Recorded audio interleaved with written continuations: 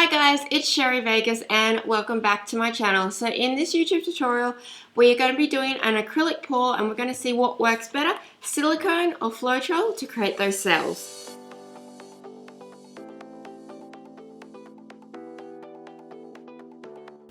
So it has been a while since I have done an acrylic pour tutorial on YouTube.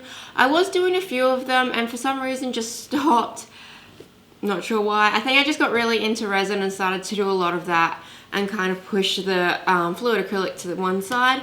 But recently I've decided to start getting back into that, so I thought this would be a really fun tutorial, kind of just working out what would work better, silicone oil to create the cells or using floetrol to create the cells. So I've mixed up the same paints and we're going to be using the same paints on both, just I split them up. And one is going to have the silicone oil in it and one is going to have the floetrol in it.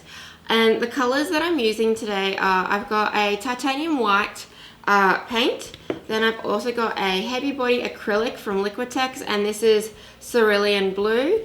Then I have Pearlex Super Bronze, which is a powder, and I will talk a little bit more about how you can use powder with fluid acrylics. I have got teal pigment powder from Artie. And then I have got Global High Flow Acrylic Phthalo Green.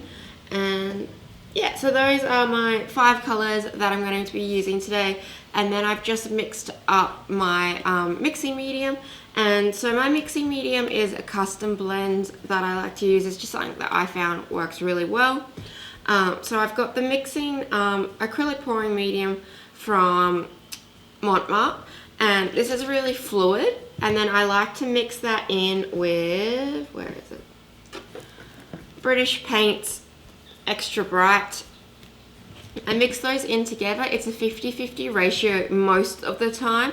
Sometimes I do have to adjust it depending on the paint. So obviously if it's a high fluid paint, I will put more of sort of my Extra Bright in because it's thicker than my Montmartre. If it is one of my heavy body acrylics, then sometimes I do have to change up my ratio and add more of my pouring medium just so I get it to that consistency that I want. It comes down to personal preference, kind of like the consistency you like of your acrylic pours. So I do a 50-50 split, and that is my mixing medium, which I mix with all of my colors. So that is how I can use pigments, because I just mix it in with my mixing medium, and then the pigments are perfectly fine to use, and that's how you can get some really pretty shiny pours. So I've got everything mixed up already, and also this is untinted paint basically, so you can buy this at your hardware store, your paint store, and basically when you pick your color you take up, you know, that little sample up to the hardware store, and then they mix up the color for you there. So this is basically what it is before it gets mixed up with that color. So just buy it, and then that way you can add your own colors in and make your own mixing medium. So I just thought I would show you this too before we get into the full tutorial about kind of mixing up paints or pigments that aren't traditional fluid acrylic paints. So this was the cerulean blue, and this is a full body heavy paint pigment, so it was quite thick.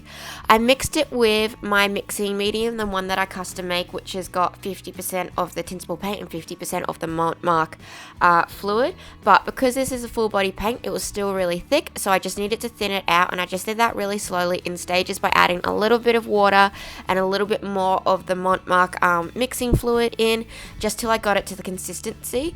If this was a fluid acrylic paint to begin with, then normally my 50-50 split of my mixing medium is really great and I don't have to adjust it. But because this was quite a thick paint, I do just have to adjust it slightly. So that's something you need to consider when you are like custom mixing up fluid acrylics than using pre-done up ones, is that sometimes you do need to change up your mixing medium solution. I have given these a quick little paint, and then the first thing that I'm going to do is, because I want to kind of do a bloom pour today, I need to float my design on some thick white paint. So that's why I've got 2 different whites today. One is a titanium white and this one has no titanium in it. And that's going to help create that sort of selling effect. So this one is the, it's just a white low sheen wall paint. I just bought it because it was reasonably priced. I don't want anything too glossy because it's going to slip around, and I definitely don't want matte because then it won't move that well. So kind of like a satin or a low sheen works really well.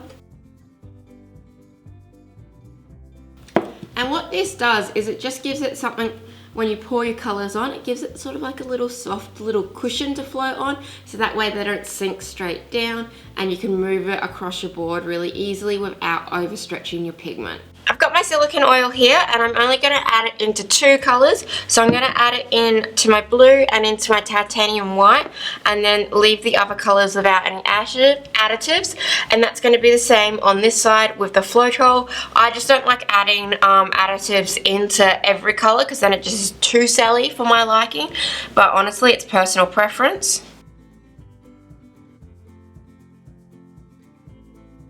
And those are the only 2 colors I'm going to use the silicone oil in.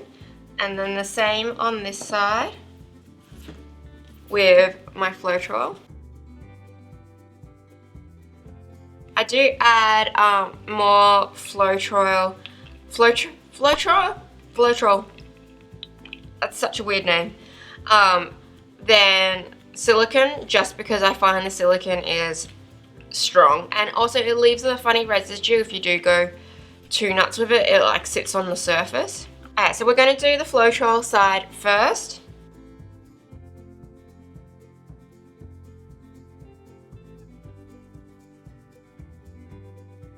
And now this is the titanium.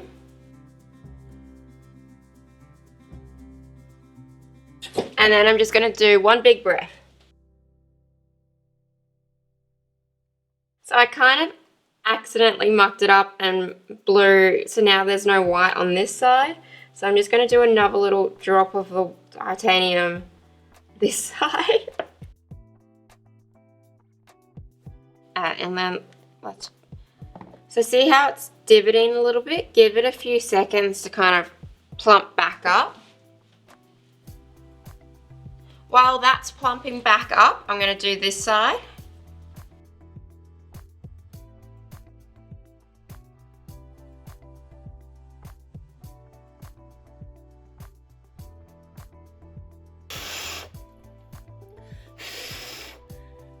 So that's pumped back up, so now it's time to tilt. I did a much better job at blowing that side than this side. With this technique, you just want to tilt your board so that way you can spread the top pigment colors across that bottom sort of cloud of white paint. I did end up re-pouring that side just because I thought it wasn't going to be a fair assessment, because the way you do get that really pretty like cells and bloom effect is with that titanium white that's got your additive to go across all of those colors, and because I didn't do that in that one, I ended up re-pouring that side. But the silicone oil side that I am tilting now turned out really great because I managed to get a really even dispersion of that titanium white with the silicone across the board. So as you can see, I just wiped it off and then started to re-pour the floetrol side, just because I didn't think it was like a fair assessment next to each other if it didn't get blown correctly the first time.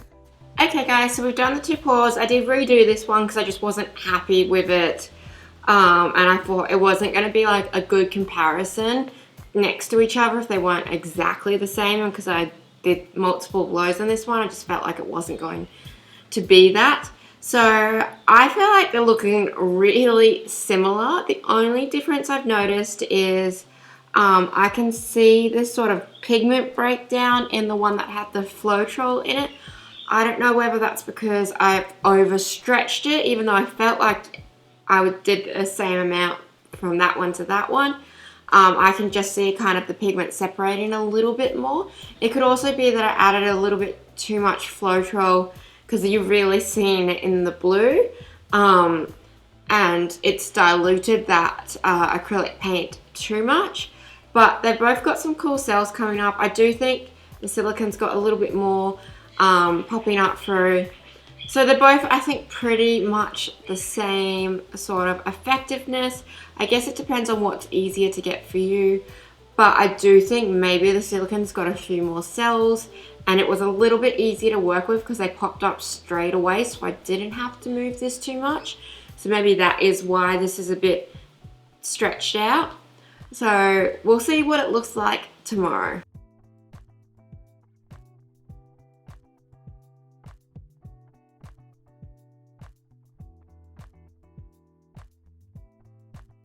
Okay guys, so I did a little bit more experimenting, which if you follow me on Instagram or my TikTok, you would have seen these. So these two are both with the floetrol, and I just added a lot less, and you get a lot more smaller cells if you add less in. So both the same like style and effect, but look at the size of these cells.